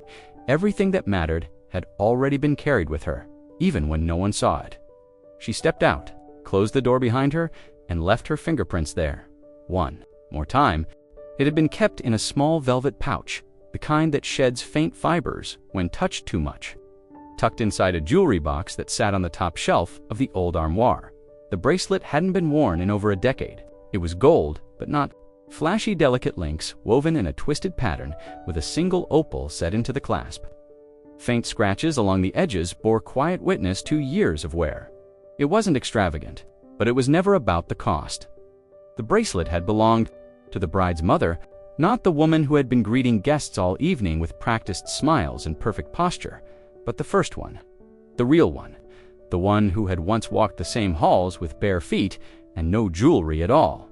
Before the illness, before the illness, before the hospital.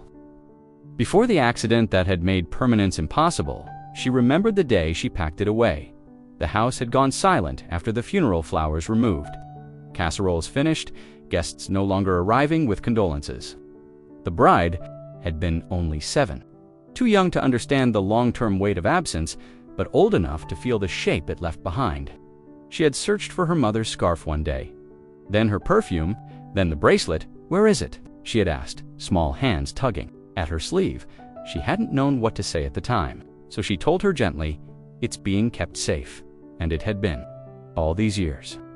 Moved only once when the family cleared out the master bedroom for repainting. She had taken it herself, wrapped it carefully, stored it in a box separate from the others. The velvet pouch remained untouched, exactly as it had been the last time it was worn. No one had asked about it again. As the wedding approached, she had considered returning it several times. She even carried it in her handbag to the dress fitting, thinking there might be a moment, a quiet opportunity to slip it into the bride's hand with only a few words. This belonged to her. She'd want you to have it. But the moment never came. Now, tonight, the bracelet sat inside a folded piece of linen in the pocket of her coat, hung neatly in the back hallway. She had reached for it earlier, standing in the coat room alone, then stopped. Her fingers had lingered on the edge of the pouch, unsure, because by now, it wasn't just a bracelet, it was memory, care, custody. It had become something she had, protected longer than anyone else had, something no one even knew was still in existence, no one but her. The bride had worn new pearls today, a gift, likely from a new relative or a new chapter of the family. There had been speeches, laughter, promises, and she hadn't seen a trace of the old bracelet anywhere. She walked back to the hallway during the lull between songs, retrieving her coat from the hook. Her hands found the velvet pouch inside, exactly where she'd left it. She didn't remove it, didn't open it, just held it in her palm for a long time. A part of her wanted to keep it, not out of possession, but preservation, because she had honored its story when no one else remembered it, because she had cared for it without instruction, out of love and quiet responsibility. Giving it away felt like handing over something sacred, something only she had. Fully understood, but that wasn't the point of an heirloom. It was meant to be passed down. She turned the pouch over once in her hand, then walked to the edge of the bridal suite. She didn't knock, didn't step inside, just slipped the pouch through the narrow crack in the door, where a soft light spilled across the hallway floor. No note, no explanation, only the bracelet, the one she had kept safe, and, now, finally, returned. The room had been different back then, less polished, more lived in. A row of mismatched chairs against one wall, the faint scent of lemon oil on the keys. The upright piano sat just beneath the wide front window, where afternoon light fell across, the keys like a quiet invitation. She used to keep the curtains slightly drawn so that sun wouldn't glare in the child's eyes during practice. It had been her idea to start lessons, not the parents', not even the school's. The girl had shown an early habit of tapping rhythms on the table, humming lines of music from films without knowing where they came from. So one day, she sat beside her on the piano bench and said, "Let's try something." At first, it was just finger placement. 5 notes, C2G, simple, but she took to it quickly. There was something natural in the way she listened, felt out timing before even knowing the names of the notes. They practiced quietly in the afternoons, sometimes when no one else was home, sometimes even when they were. No one paid much attention then. The recital had happened after just a few months, a private one. No stage, no audience. Just the girl, in her favorite blue dress, sitting upright at the piano while she turned the sheet music. It was a small piece something. From a children's book of classics, the kind of song meant for beginners, but still lovely when played with care. She remembered every moment of that day, the way the girl had exhaled before beginning, how her fingers hesitated on the first chord, then found their rhythm. She remembered sitting still, hands folded, listening to each note like it mattered, not correcting, not guiding, just listening. Said softly, "You played that beautifully." No applause followed, no clapping hands, no photographs, just a child, proud but unsure, looking for approval from the only person who had heard her. She had received it in full, and lessons stopped. New routines replaced them. Sports, social events, tutors hired for more academic things. The piano was eventually moved into the den, then tuned less often than not at all. Dust began to settle on the lid, but the memory stayed. And now, years later, as music drifted from the reception, tense soft instrumentals from a hired string quartet, she found herself walking quietly into the den. The piano was still there, the same upright model, keys, a little yellowed now, a faint nick in the wood where a toy had once fallen. It hadn't been played in a long time. She lifted the lid, pressed one key. It rang slightly out of tune, but still familiar. She sat down, not to perform, but to remember. Her fingers found the old chords instinctively. C2G, just like she'd taught. There was no audience now either. No applause, but it felt the same. A loop, quietly closing. She played a few notes, just fragments, enough to remember what it once was, enough to feel it. Then she closed the lid gently and stood up. In another room, someone toasted the bride. Cheers followed. Laughter. She walked away from the piano, leaving no trace except the memory. One she knew the bride still held, even if unspoken, because first songs, like first teachers, have a way of lingering, even when the music stops. She kept it in a slim envelope, tucked behind the lining of an old hardcover dictionary, the kind with gilded edges and yellowing pages that once sat on the highest shelf of the studies bookcase. No one had touched it in years. It had always been just another prop on displayment to suggest tradition, learning, perhaps even refinement. But inside that dictionary, behind the back cover, lived something real. The envelope was plain, no markings, a little creased at the corners. It had traveled with her through moves, jobs, even across state lines once, quietly, unquestioned. Like her, she had opened it only a handful of times, each time the same feeling, as if history bent for just a second. Like a door cracked open on a truth everyone else had agreed to forget. The paper inside was crisp but aged, a state seal at the top, signatures at the bottom, and in the center, the child's name, the bride's full name, and beside it, under guardian at time of registration, her own name typed clearly without error. A title beneath it, legal, guardian kinship placement. It had been temporary at first, paperwork filed during a difficult stretch when no one else could step in. The bride had been 3, her mother alive but unable, the father present but unavailable. She had said yes without hesitation, and the court had agreed. Quietly, without drama or hearings, just a signature, notarized and archived. Her title didn't come with ceremony, but it was real. No one ever asked about the document again. It had done its job. And when the family recovered, resumed, rearranged itself, her role faded back into something less defined. Still present, but not official. Still needed, but not acknowledged. Over time, they rewrote the story. She helped us when we needed an extra hand. She was just always around. She used to work here, each version further from the truth. Now, decades later, the certificate still held the same ink, the same dates, the same proof, unchanged, even as memory changed around it. She had never shown it to the bride, not because she was ashamed, but because she didn't want to use it like a weapon. It wasn't leverage, It wasn't a challenge. It was just the truth, one that lived in a drawer while everyone else rehearsed a version of history that felt more convenient. Tonight, she found herself standing in the study again. The bookshelf was still there, still lined with books no one read. She pulled the dictionary free from its place fourth from the right, third shelf down. It gave the same little sigh of dust and age as it always had. She turned to the back, peeled back the worn lining, and removed the envelope. She opened it, unfolded the certificate, and read it again. It wasn't long, just a single page, but it was the only official recognition she'd ever received for years. Of care, of lullabies, of school lunches and doctor's visits. Of birthdays remembered when others forgot. She stood there for a long time, holding it, wondering briefly what would happen if she placed it on the gift table, or slipped it into the wedding album, or handed it to the officiant and asked for her name to be read aloud just once. But she did in single quotes. She folded it gently, returned it to its envelope, and tucked it back into the dictionary. The truth didn't need to be loud to exist. It just needed to be known, and she knew it. Maybe the bride would find it, and when she did, she wouldn't be surprised, only quiet and very still. The air inside the tent felt pressed in, heavy with the warmth of clustered bodies and the scent of peonies. Conversations rippled, glasses clinked, laughter peaked and faded in waves.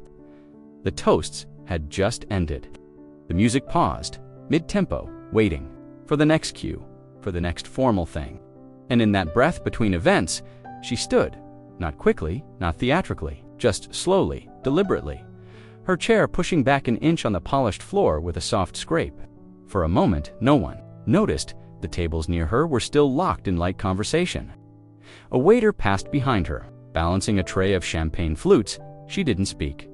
She walked, not toward the center, not toward the stage or the spotlight, but toward the head table where the couple sat. The bride, glowing and tired.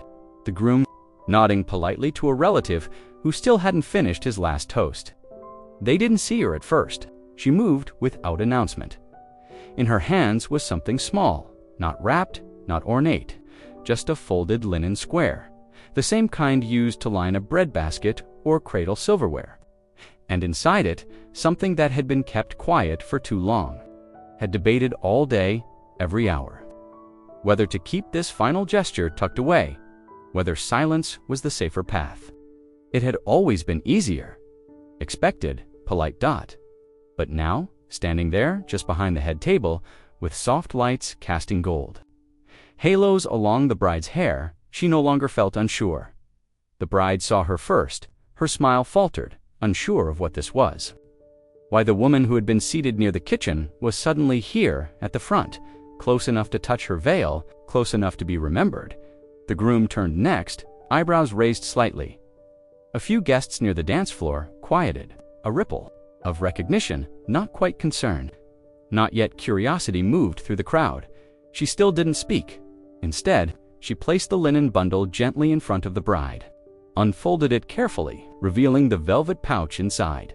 The bracelet sat nestled within, gold soft-edged from years of wear, the clasp worn smooth, and beside it, just beside it, a copy of the certificate, not the original, but a copy made years ago, one she kept with her when she traveled. A page that had yellowed at the corners from time and friction. The bride's name, her own name, a guardian's name. She didn't say a word. But she didn't need to. The bride stared at the items. Her mouth opened slightly, as if to speak, but nothing came. Her fingers moved instinctively, involuntarily toward the bracelet, toward the thing she hadn't even remembered she'd once worn. The thing she hadn't known was kept for her. Silence pooled around them. The tent softened into hush dot. One of the bridesmaids leaned toward another, whispering a question. Someone further back stood on their toes to see. A relative shifted uncomfortably in their chair. The groom said, "Excuse me, can I help?" But she turned to him calmly and said, "No, you're fine." Then she looked back at the bride, held her gaze, and for a moment, everything softened. The veil, the flowers, the confusion, and the memory returned. Because memory does that, it waits behind closed doors until a single object, a single face, brings it back into the room. She stepped back, slowly, without apology, without expectation. Her task was done, not for acknowledgement, not for gratitude, but because truth even, unwelcome, deserves to stand. At first, it was only the rustle of linen that marked her retreat chairs unmoved. Conversations suspended mid-thought, glasses held in frozen hands. The silence was not just quiet, it was loaded, thick, alert, almost uncertain of its own shape. And in that space, someone, an aunt perhaps, or a woman seated 3 tables down who'd been silently watching the whole time, spoke, not the bride's name, hers. She hadn't heard it, spoken aloud in this house in years. Not in the real way, not with the weight of memory attached, not with the soft, deliberate tone that comes when someone finally recognizes what they had forgotten. There was hesitation at first. The woman said it again, more certain this time. Others heard, and like a wire humming with contact, the recognition traveled. Not everyone in the room knew the name, but some did. Enough to stir something, a ripple of reorientation. Not scandal, not shame, just a rearrangement of understanding. As if the floor plan of the evening had quietly shifted and no one had noticed until now. She stood near the edge of the tent, not hiding, not seeking attention. Her hands were empty now, folded loosely in front of her. A waiter brushed past her without realizing. A child peeked up from beneath a table, eyes wide, as if sensing something was different but not knowing why. At the head table, the bride still hadn't moved. The velvet pouch and paper sat where she'd left them. The bracelet caught the light faintly, a warm glint against the white cloth. The bride's fingers hovered near it, close but not touching. Her posture was changed now, not rigid, not performative, just still. And the silence held, because it wasn't the kind of silence people rushed to fill. It was the kind that followed a truth that had gone too long without air. A few seats over, the groom leaned in and whispered something. The bride didn't respond. Her gaze remained fixed, her breath quiet but uneven. She looked older in that moment, not aged, but deepened. Like someone trying to realign 2 versions of the same story and realizing they no longer fit. DJ cleared his throat near the sound. Unsure whether to resume the music, he didn't. A man in a suit, someone from the groom's side, stood halfway, then slowly sat down again. The crowd had no script for this, and still no one moved. Not toward her, not a wait-on until the officiant, now off duty and seated with a plate of untouched food, said quietly to no one in particular, "I remember her from before." It wasn't loud, but it carried because it was permission to relinger, acknowledge. A woman near the back bit her lip and said, almost to herself, she used to pick her up from school every day. Another, she taught her to tie her shoes. A man, perhaps the bride's old music teacher, blinked slowly. "Piano," he said. She played her first song with her. Each recollection didn't just name her, they placed her not as a guest, not as help, but as something central, something foundational. And the silence shifted, not broken, just transformed from something cold and dismissive into something fragile, uncertain, and real. She didn't smile, didn't cry. She simply stood, listening to the first sound of her name becoming hers again, and for the first time in years, it didn't echo in an empty room. The envelope had been kept tucked away in the back of an old drawer, folded inside a stack of forgotten papers, birth announcements, utility bills, and a few creased photographs. She hadn't intended to find it that day, but something about the silence that followed the moment at the reception pulled her back toward the house. Not to escape, not to prove anything, but to return, to touch the past one last time with care. The room was dim, the curtains drawn halfway.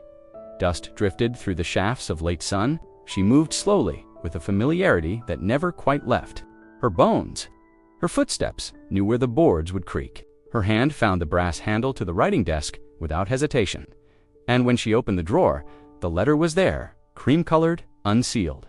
The handwriting unmistakable. It had always been precise, with a slight leftward slant. The kind of writing you see on formal invitations, but here it was uneven in places, a little rushed.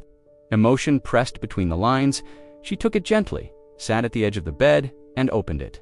There were no dates, just her name on the first line, and the salutation to the one who mothered my daughter when I no longer could. She paused. Her fingers trembled slightly, though her face remained composed. The letter continued. "I don't know if this will ever reach you. I don't know if I'll be brave enough to send it, but I need to write it, even if only once. Even if only for myself. I see you. I've always seen you. I saw the way you brushed her hair when I couldn't get out of bed. I saw how she looked to you in rooms I couldn't enter. I saw the birthday cards in your handwriting tucked between her books, the lunch notes, the way her laughter softened in your presence, as if she didn't have to pretend around you. You. I won't lie about that. There were days I resented the bond you had, days when I stood behind a door listening to her tell you things she never told me, and I hated how easy you made it all look. But underneath that resentment was something else, gratitude, the kind I was never taught how to show. You didn't just help. You didn't just step in. You stayed, even when I didn't ask you to. Even when I didn't thank you. Even when I tried to. Rewrite the story so I wouldn't have to admit how much I owed you. If she grows up not knowing the full truth, that's my fault. Her from the instability of my absence, I wanted her to believe I was always enough. But I wasn't. You were. You were the one who made her tea when she was sick. You were the one who sewed her costume the night before the school play. You were the one who showed up to parent-teacher night when I forgot the date. You were the one who remembered her first piano piece, her favorite cereal, the way she liked the ends of her braids curled. You were her constant dot, and you deserved to be named for it, even if I didn't say it then. Even if no one else ever does. This is me saying it now, thank you. The letter ended without a sign-off. No love, no sincerely, just space. She read it again, slowly, each line a little heavier the second time through. There were footsteps downstairs, the sound of someone calling her name, this time her real name, not staff, not helper, not maid. She folded the letter back along its original creases, pressed it flat, and for a moment just held it against her chest. It wasn't vindication, it wasn't closure, it was just truth, finally surfaced, and that was enough.